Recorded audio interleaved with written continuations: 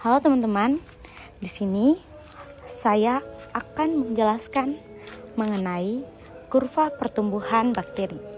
Tapi teman-teman, sebelum kita masuk pada penjelasan gambar maupun fase dari kurva pertumbuhan bakteri, kita perlu ketahui dulu bahwa apa itu bakteri?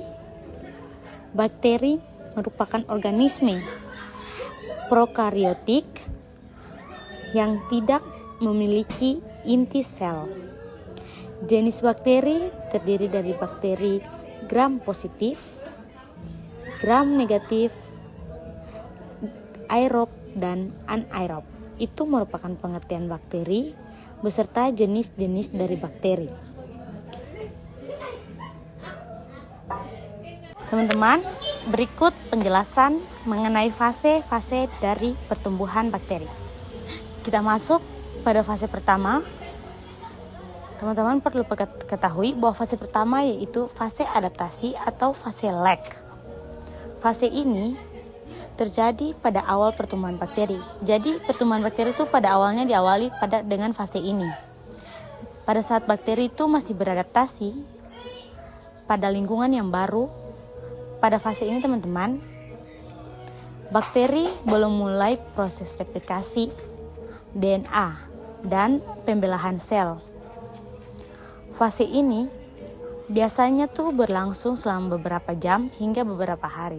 Jadi fase ini tuh teman-teman kan merupakan awal dari fase pertumbuhan bakteri.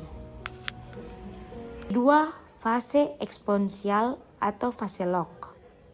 Fase ini terjadi setelah bakteri telah beradaptasi dengan lingkungan baru.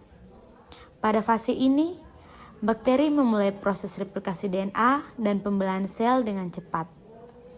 Jumlah bakteri meningkat secara eksponensial sehingga kurva pertumbuhan bakteri menjadi curam. Fase ini biasanya berlangsung selama beberapa jam hingga beberapa hari.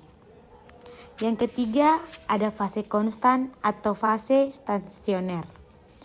Fase ini terjadi ketika jumlah bakteri telah mencapai titik magnesium. Pada fase ini, laju pertumbuhan bakteri menurun karena ketersediaan nutrisi dan ruang yang terbatas. Jumlah bakteri tetap konstan sehingga kurva pertumbuhan bakteri menjadi datar. Fase ini biasanya berlangsung selama beberapa hari hingga beberapa minggu. Dan yang keempat, ada fase penurunan atau fase kematian.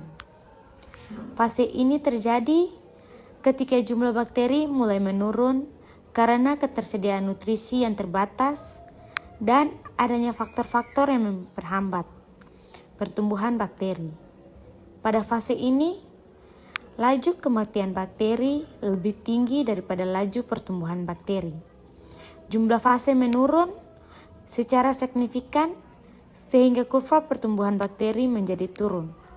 Fase ini biasanya berlangsung selama beberapa hari hingga beberapa minggu. Berikut teman-teman dapat perhatikan gambar yang tersedia. Gambar tersebut merupakan kurva pertumbuhan bakteri. Nah, gambar tersebut sudah menjelaskan bukan teman-teman. Tadi tuh saya sudah menjelaskan tentang kurva-kurva dari pertumbuhan bakteri, fase-fasenya. Di sini terdapat gambar kurva tersebut yang sudah dilengkapi oleh fase pertama, fase kedua, fase ketiga, dan fase keempat. Dan gambar tersebut sudah menunjukkan angka-angka yang jelas, jadi dapat diperhatikan dari penjelasan tadi dibuat dalam bentuk kurva pertumbuhannya. Terima kasih.